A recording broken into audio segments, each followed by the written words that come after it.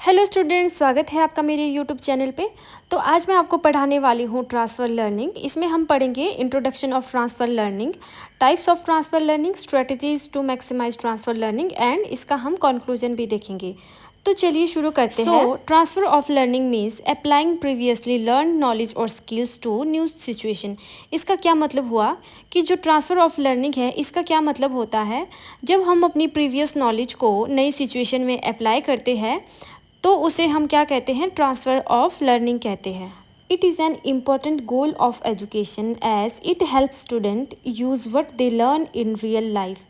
इसका क्या मतलब हुआ कि ये एजुकेशन का एक इम्पॉर्टेंट गोल होता है और ये स्टूडेंट को हेल्प करता है कि उसे जो है उसने जो सीखा है उसको रियल लाइफ में कैसे अप्लाई करना है। By using effective strategies, teacher can improve students' abilities to connect past learning with new experiences. तो इफ़ेक्टिव टीचिंग स्ट्रेटजीज़ क्या होती है, मतलब पढ़ाने का एक अच्छा तरीका।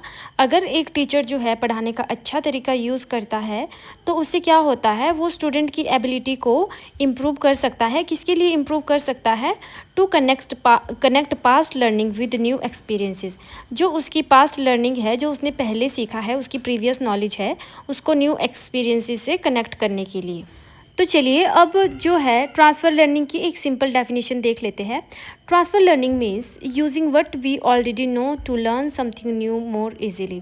इसका क्या मतलब हुआ? Transfer learning means using what we already know, कि उस नॉलेज का यूज़ करना जो हम पहले से जानते हैं और उसकी हेल्प से कुछ नया सीखना और इजी तरीके से सीखना। अब आते हैं इसके types of transfer learning. First one is positive transfer, second one is negative, third one is near, fourth one is far, fifth one is vertical, lateral, seventh one is sequential transfer, eighth one is simultaneous transfer। तो आइए अब इसको एक एक करके explain करते हैं। तो पॉजिटिव ट्रांसफ़र क्या होता है? When old learning help to new learning. इसमें क्या होता है कि जब हमारी ओल्ड जो लर्निंग है नई चीज़ों को सीखने में हेल्प करती है तो उसे कहते हैं हम positive transfer learning. For example हम देखते हैं knowing English help in learning French, क्योंकि जैसे कि हमें पता है कि जो इंग्लिश है वो फ्रेंच से थोड़ी सिमिलर है, तो ये क्या करती है, तो ये इंग्लिश हमारी प्रीवियस नॉलेज हो गई और फ्रेंच सीखना जो है ये हमारी न्यू नॉलेज होगी। तो और फिर क्या है, इंग्लिश हमें फ्रेंच सीखने में हेल्प करती है, तो ये होगी positive transfer learning. Second one हमारे पास क्या है, नेगेटिव ट्रांसफ़र लर्निंग। इसमें क्या होता है, व्हेन ओल्ड लर्निंग कन्फ्यूजेस और हिंडर न्यू लर्निंग। इसमें क्या होता है, जो हमारी ओल्ड लर्निंग है जब वो हमारी न्यू लर्निंग में रुकावटें पैदा करती है तो ये नेगेटिव ट्रांसफ़र लर्निंग हो जाती है। इसका एग्जांपल हम देख लेते हैं। जैसे कि इंडिया में जो है गाड़ी लेफ़्ट साइड से चलाई जाती है और यूएसए में जो है वो क्या है, गाड़ी राइट साइड से चलाई जाती है, उसका हैंडल जो है राइट साइड होता है। तो ये क्या हो गई, इसमें कन्फ्यूज़न पैदा कर रही है, तो ये होगी negative transfer learning. Third one हमारे पास है नियर ट्रांसफ़र लर्निंग।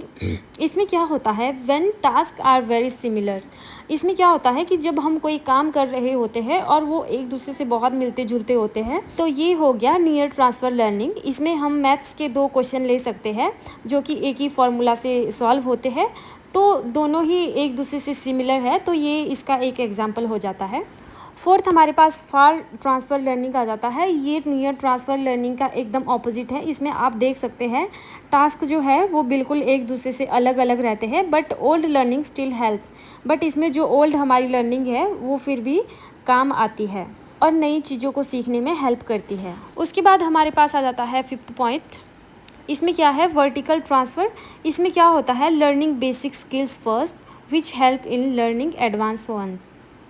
इसमें क्या होता है, पहले बेसिक स्किल्स पर फोकस किया जाता है जो कि हेल्प करता है एडवांस लर्निंग में। इसका एग्जांपल हो गया learning alphabets before reading sentences. इसमें क्या है कि पहले हमें अल्फ़ाबेट्स आने चाहिए तभी हम सेंटेंसेस को गो थ्रू कर सकते हैं। तो इसके बाद हमारे पास आ जाता है लैटरल ट्रांसफ़र। इसमें क्या होता है, learning two things of equal level. इसमें 2 सेम लेवल की चीज़ें जब हम साथ में सीखते हैं तो वो लैटरल ट्रांसफ़र हो जाता है। तो इसमें हम एग्जांपल ले सकते हैं ड्राइंग और पेंटिंग का, जो कि दोनों साथ में हम सीख सकते हैं। इसके बाद हमारे पास आ जाता है 7th नंबर पे सीक्वेंशियल ट्रांसफ़र। इसमें क्या होता है, one learning comes after another and help it. इसमें क्या है, सीक्वेंशियल फॉर्म में हम लर्निंग करते हैं और पहले की जो हमारी लर्निंग होती है वो बाद में की जाने वाली लर्निंग में हेल्प करती है। 8th नंबर पे हमारे पास आ जाता है साइमल्टेनियस ट्रांसफ़र। इस लर्निंग में क्या होता है कि जब हम दो, साइमल्टेनियस का आपको मतलब पता होगा, साइमल्टेनियस का मतलब होता है दो चीज़ें एक साथ। तो जब हम दो चीज़ों को एक साथ सीखते हैं तो वो कहलाता है हमारा साइमल्टेनियस ट्रांसफ़र। तो इसमें एक उदाहरण दिया गया है, example, reading and writing together. इसका क्या मतलब हुआ कि जो रीडिंग एंड राइटिंग है वो हम साथ में कर सकते हैं, रीडिंग एंड राइटिंग हम साथ में सीख सकते हैं। तो ये क्या हो गया, ये हो गया साइमल्टेनियस ट्रांसफ़र। इसके बाद हमारे पास आ जाती है strategies to maximise transfer of learning.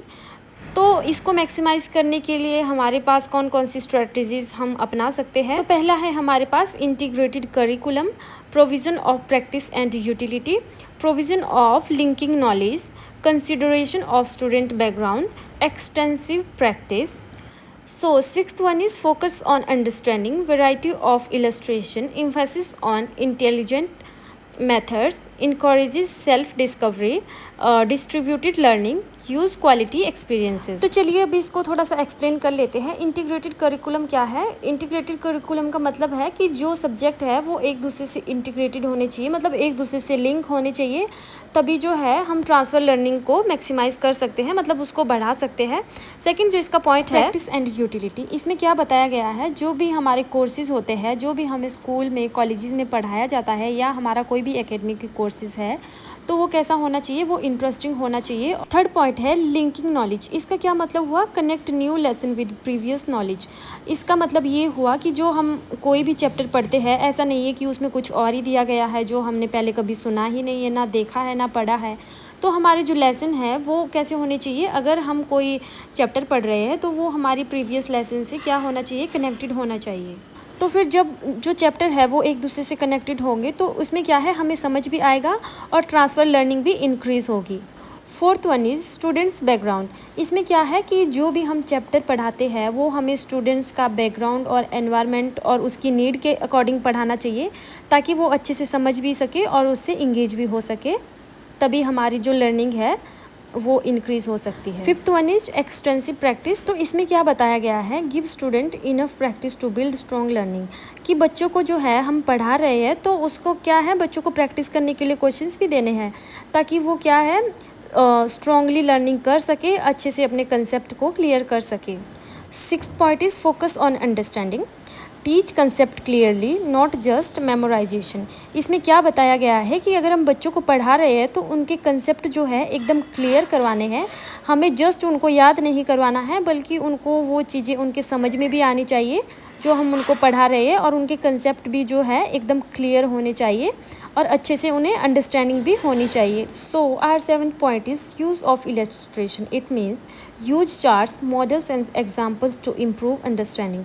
इसका मतलब हुआ कि हम जब बच्चों को पढ़ा रहे हैं तो उसमें हमें चार्ट्स का यूज़ करना चाहिए, मॉडल्स का यूज़ करना चाहिए और अच्छे अच्छे एग्जाम्पल्स का यूज़ करना चाहिए, जिससे कि क्या है, उनकी जो अंडरस्टैंडिंग है वो इम्प्रूव हो सके और उन्हें कंसेप्ट अच्छे से क्लियर हो सके, तभी जो है लर्निंग जो है मैक्सिमाइज हो सकती है। Eighth point is intelligent methods. Use active method like learning by doing, project etcetera. इसमें बताया गया है कि जो हमें इंटेलिजेंट मेथड का यूज़ करना चाहिए बच्चों को पढ़ाने के लिए। तो इंटेलिजेंट मेथड्स क्या होते हैं, जैसे लर्निंग बाय डूइंग, और हम प्रोजेक्ट का भी यूज़ कर सकते हैं। Ninth one is self discovery. इसमें बताया गया है कि जो स्टूडेंट होते हैं उन्हें क्या है, हमारा जो खुद का एक्सपीरियंसेस है उसके थ्रू हमें बच्चों को सिखाना है कि कैसे हम अच्छे से लर्न कर सकते हैं, कैसे हम चीज़ों को याद रख सकते हैं। क्या है, जो हमने खुद लर्न किया है या हमने खुद जैसी स्ट्रेटजीज़ का यूज़ किया है लर्निंग के लिए, हम बच्चों को भी वैसी स्ट्रेटजीज़ का यूज़ करने के लिए कह सकते हैं, मतलब अपना एक्सपीरियंसेस के थ्रू हम उनसे सिखा सकते हैं। Now 10th point is distributed learning. इसमें क्या बताया गया है, space out learning with breaks to improve memory. इसमें बताया गया है कि जब हम पढ़ रहे होते हैं, ऐसा नहीं है कि कंटिन्यू पढ़ते जाओ ताकि हमारे दिमाग में एकदम ऐसे उथल पुथल हो जाए, थोड़ा सा ब्रेक भी लेना है। इससे क्या है, हम चीज़ों को और आसानी से सीख सकते हैं और चीज़ों को अच्छे से समझ सकते हैं। 11th point is quality experiences learning should be meaningful and connected to life. इसमें बताया गया है कि जो हमारी लर्निंग है वो कैसी होनी चाहिए, मीनिंगफुल होनी चाहिए और हमारी जीवन से जुड़ी हुई होनी चाहिए। लास्ट जो हमारा पॉइंट है वो है thought clarity. Teach with clear concept and understanding. जब हम बच्चों को पढ़ाते हैं तो हमें कैसे पढ़ाना है ताकि बच्चों को अच्छे से समझ आए, कंसेप्ट एकदम क्लियर होना चाहिए और अंडरस्टैंडेबल होना चाहिए ताकि बच्चे उसको आसानी से समझ सकें।